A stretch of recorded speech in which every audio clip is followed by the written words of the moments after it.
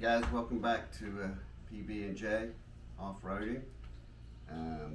Just got a little time on my hands. Thought I would do a little maintenance for PMing on the Jeep a little bit. I don't know when the last time spark plugs were changed. I don't ever recall doing it. It's got 120,000 miles on it, 2004. Inline 6, so we're gonna replace the plugs today, throw a new air filter in. It hadn't been running bad that I've noticed, but hey, just I figured for 20 some bucks, that'd be a good thing to do while I got the time. We'll start with, just want to show you what all we need for the process. Real quick, I just ran over to my local Advanced Auto Pro store, and a couple spots. I had to go to Auto Pro also, excuse me, not Auto Pro but Zone, because Advanced didn't have one of them. But anyway, you can see right there I picked up a new air filter while I was there. Might as well get that while I'm messing around. I've got a couple extensions, 1/2-inch drives on those. Did have to go buy a 5/8 socket, excuse me, right here, long as you can see, for the spark plugs. To remove them, put them back. I went with the NGK spark plugs. These are manufacturer recommended. That's what was in it. That's what's on the sticker under your hood. I'll show you that in 1 second. Also picked up a gap measure just to make sure what I put in is correct. No mistakes. I don't anticipate that, but also look at what we pull out. Couple ratchets. I'll need a 1/2-inch socket to remove the coil pack to get to the plug. So one thing, I'm going to walk back over and show you the sticker on the Jeep hood where you can find the part number for those plugs if you want to go with those. You know, my feeling, if you look right here on your sticker, I've got my hood up so it's a little hard to see. It gives you the spark plug, the exact number, part number, and the gap that it needs, so it's all right there for you. You know, there's a lot of opinions. You know what they say about opinions. When I look on the forums about what people recommended, you know, these plugs are probably good for 50,000 miles, whatever they may be. I don't know, 30, you know, but I don't drive this Jeep every day. It's around town, maybe to work, out on the trails, obviously. But, you know, I wasn't going to put a bunch of top dollar fancy spark plugs back in it to get no benefit, you know. Yes, maybe they'll get me another 150,000 miles before I have to replace them, but it is a simple replace, and you know, I may not be around for another 150,000 miles, so I wasn't going to worry about that. I went with what came out. Seems to work fine. They're only like $6 a piece, so real cheap. All right, we'll walk around, get started. Again, you saw what we needed. First thing I'm going to do,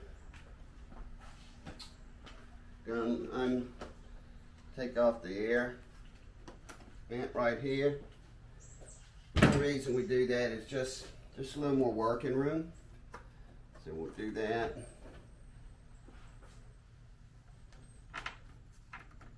Put it off the top.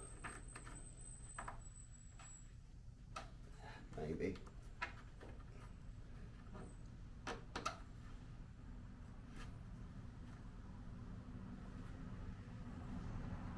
Right, anyway, go pull this other hose off real quick. Get this up out of the way. Just enough that I can get underneath it, so a little extra room. Next thing we're going to do, I'm going to take my 1/2-inch socket. It's on a wrenches here. I'm going to get down to the coil pack. There's 4 screws, real simple. We'll unhook and pull all those screws out, and then we'll just simply, those things, just the pack just pulls right out. Be nice and easy with it.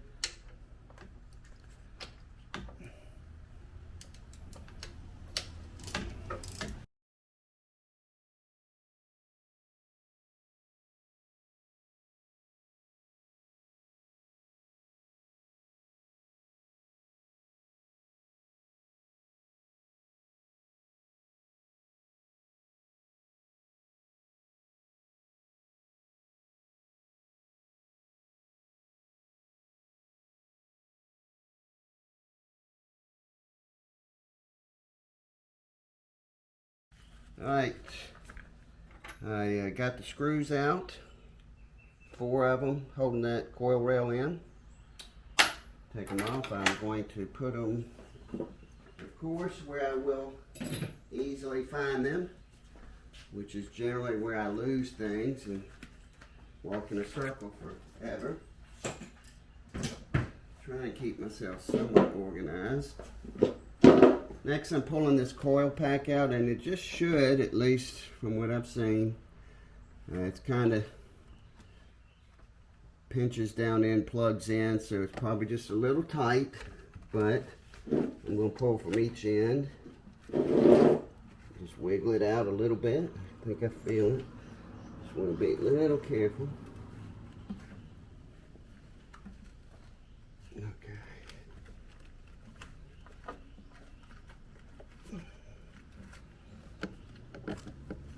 Alright, I got it loose. Just gonna get it up, out, and we're gonna expose, excuse me, the plugs. I'll take it and just move it to the side just a little bit. And that's pretty much all it is. There are your 6 plugs. 1, 2, 3, 4, 5, 6. These of course go in it. One thing they do recommend is, be careful you don't have a lot of junk, dirt hanging off the engine. If you can, you want to try and keep anything from falling down those spark plug holes when you take them out. All right, next thing we're going to do is start removing some plugs.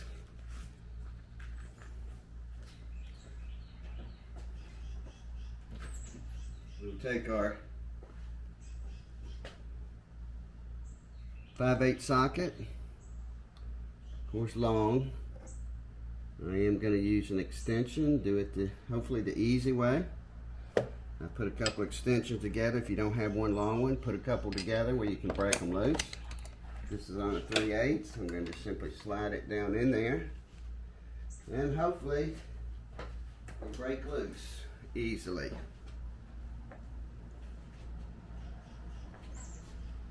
Get ready to find out.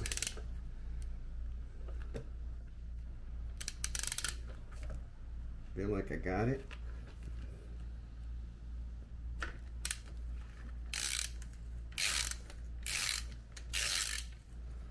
All right, we'll do this again. We'll go down the block and we'll pull them out, loosen them up, then I'll come back, take them out completely with a little shorter extension. For being in here, again, I have no idea when these were ever changed. Honestly, I'd be shocked if they have been changed, but again, it doesn't seem to have any issues. I don't feel any real misses or anything, just one of those deals. I wanted to do something, I figured why not? Little maintenance, maybe it is actually riding a little rough and I don't even know it because it's been doing it so long, I just assume that's the ride. We'll find out. Alright, I broke all the plugs loose. I just went right to left. I did have to shorten my extension when I got to the very back, the farthest one on the left, because with the engine bay kind of, it's a little tough. I couldn't get to it with the extension to get on the plug, and I didn't want to strip it. So anyway, nothing a shorter extension didn't take care of. It's a little tight space. Next thing I've done is I've just simply, now I'm going back left to right, and just hand loosening the rest of the way and pulling them out. And as I look at them as they come out, perhaps I don't know how shitty it's been running, because it's just been running shitty, and I don't realize it because that's what I'm used to. But as I look at these, they've got some wear. Now, good thing is there's no oil all over them, which is good. So that's a very good sign from that aspect. But I'm going to show you the rest of them. I got one more to pull out, and then I want to show you something that tells me, I don't know, had a little issue. All right, I got one more to go.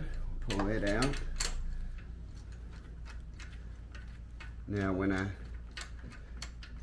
of course have the 6 new ones. You know, they're pre-measured, supposed to be 0.035. That's what is on the sticker. That's the manufacturer gap that they want on them. Here's the last one. Let me show you the rest of them. We'll take a quick look.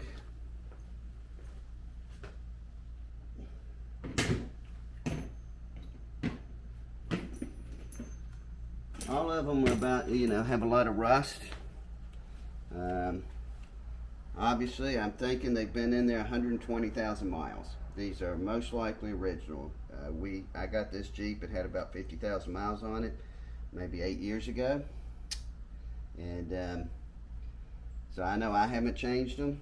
I don't think I've ever had a quote-unquote a tune-up by anybody, and I doubt the people. I knew the people that had it before us, and I'd be shocked if they did. But what I really tells me there's some issue that I didn't quite realize. It wasn't that I felt missing or anything, but when you look at the gap, again, it's supposed to be 0.35, and I run this up here, and I mean, we're up to like geez, I don't know, 5.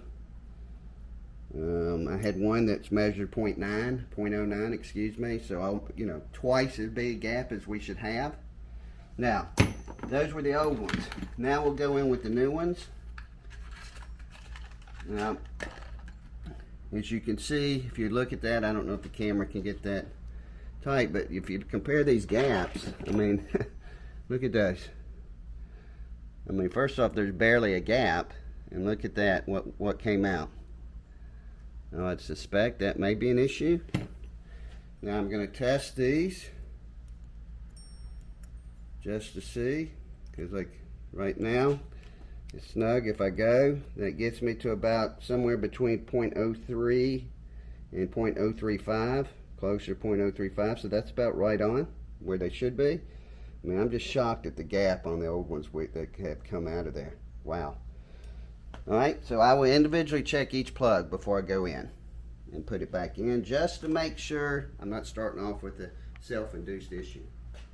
Alright, so got a little anti-seize or you know, some old motor oil, just something. You don't want to you know, put excessive amounts, very light, but just enough to keep it from getting seized up in there. You know, you want to put these in and turn by hand and get them started. And definitely, you know, if you feel like you're getting off kilter with them, they start feeling tight, you need to back them out and start over. You definitely do not want to get these in there, get them stripped or anything of that nature. So I'm going to take my ratchet again, hand, simply go right in like this. And, oops, that's afraid of. Alright, so I got it seated in there. I think I'm pretty straight, and now by hand I'm just simply taking and going to try and get it started. Not wanting to force anything. Just snug it in till it gets tight, and I can pull my socket off of it. And there we go. It feels pretty good. And then I'll simply back this out and do the next one again. I'll put a little bit of anti-seize on the end, very little, and I'll get them started by hand. It'd be nice if my socket here was a true spark plug socket, which would have the gripping rubber on the end that would hold it and it wouldn't fall out. But I'll get it kind of started in there by hand, literally by finger. Then I'll come back with my socket the rest of the way across, tighten them down a little bit where they hold, and then we'll come back and I'll show you as I'll tighten them down, torque them down to 27 foot-pounds per the, I think that's the spec. So anyway, alright, so I have hand tightened the plugs back in the holes. Trying to do my best not to get them crooked or stripped or whatever. I've now got a tighten them back down with my ratchet going to 27 foot-pounds. Let's see what that does. Of course, I set it right here. I'm a little afraid to. There we go, 27. I always get a little tentative on some of these things. here.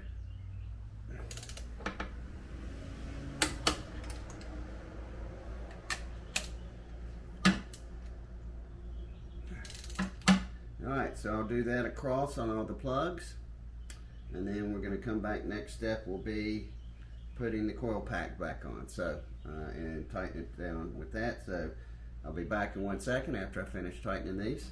Now we're putting the coil rack back on, coil pack I guess, whatever you want to call it. Kind of a little tight on the up towards the tub, so all I'm doing is gently, you know, starting it on that end a little bit, coming back, making sure it's on every plug, that it feels right, that it's not having to force. And then once I do that, which it feels pretty good now, I'm going to just simply push it in with both hands, try and keep even pressure as much as possible.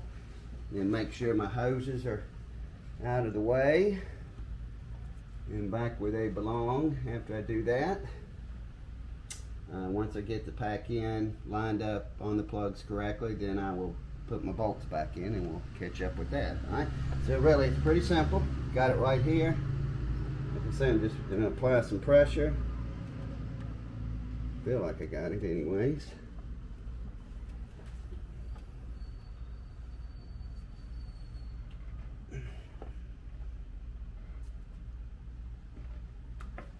Alright. Just double check everything, make sure it feels good.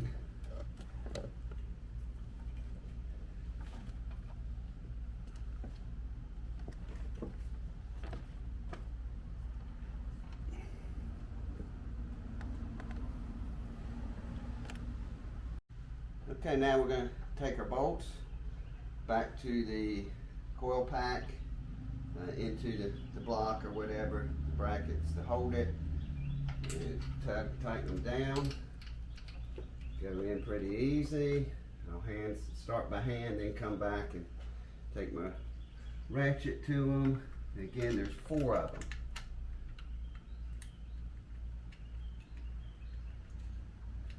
All right. That's 1, 2.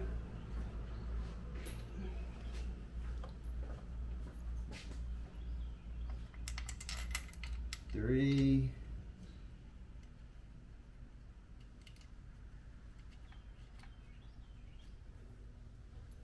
4. 5.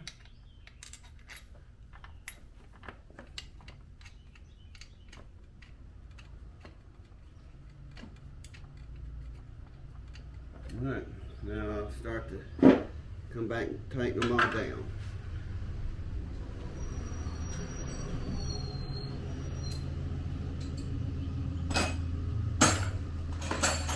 Alright, I've got that 1/2-inch socket back on it. I'm tightening these bolts snug back up. I'll do 4 all the way, the 4 all the way across, and should be pretty, hopefully pretty easy. That's 1. Whoops. Alright, on to the next one after I drop the socket, which again, it's not uncommon by any means. I'll tighten this one down. Yeah.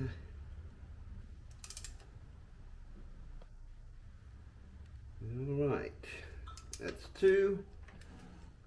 Let's come across to this one by the dipstick.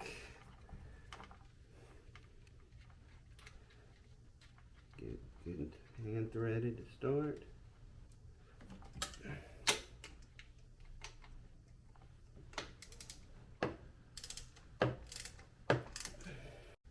Alright, tighten up the last one, the 4 screws, getting it bolted down. Then I'll come back and hook my hoses back up, air hose back up, tighten a few things. Actually, before I do that, I'm going to throw a new air filter in while I've got it off, and easy to the box while I'm here. Another one of those things, you know, making it easy. It's been a while. I've done several oil changes, but I haven't changed the filter in a while. Probably 7,000, 8,000, 10,000 miles, something like that, and been out in the trails quite a bit, so I'm sure it's a little dirty. Alright, it's getting tight. I think that's snug. Alright, next thing, like I say, hit this box, Real simple. One thing I have to watch on mine, you know, is we all have 10,000 unidentified wires going across everywhere that inside some of my hooks on the filter. I do use that to hold some of my wiring, so keep it stable. So just got to be careful. Like right here, there's one right there that comes up. Yeah, that is a little dirty. Box isn't too bad. I'll go ahead and wash it off. Whew. A little dirt in there. It's again, a lot of trails, a lot of dust from dirt from Uwharrie, and I guess Stony Lonesome was pretty bad too, but nothing's as bad as Uwharrie. Nothing. Worst place. Alright, changing the air filter. Gosh, I know it was bad, knew it was bad, would be bad, but the box was just as bad, full of the Uwharrie dust off those trails and those gravel service roads. Good thing my wife was here filming, because she insisted, like she always does, that I clean while I have it open, which is the right thing to do. But I could spend literally 5,000 days cleaning this engine. And believe it or not, I just recently cleaned this out to some degree, sprayed it down, hosed it, but it's just got kind of a losing battle. Maybe that'll be the next project to get in here good, but I'm afraid to do too much. Don't know how much of this dirt's holding the damn thing together. But anyway, box is good enough. I put new air filter back in it. That sounds good. Nice and pretty. You feel good for a day. Alright. I think I'll go wash this real quick. Throw some water on it while I've got it. Alright, got the cover back on. Everything, the air filter installed. I'm put the air hose back on. I'll tighten it all up. Get everything connected on the top, and then after this, I'll fire it back up. So stick with me 1 second. Let me tighten a couple bolts down on this air hose, a couple clamps, and then hey, fingers crossed, right? Should be pretty simple. All right, so got everything buttoned up, hooked back up, looks tight. Gonna give it a quick turn of the key, see how it fires up, and then we'll go from there.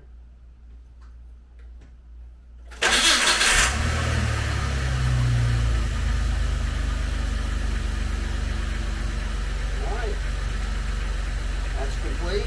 Next final test, we'll run it up and down the road a little bit, see how she runs. Hey, thanks for watching another episode of PB&J Off-Road.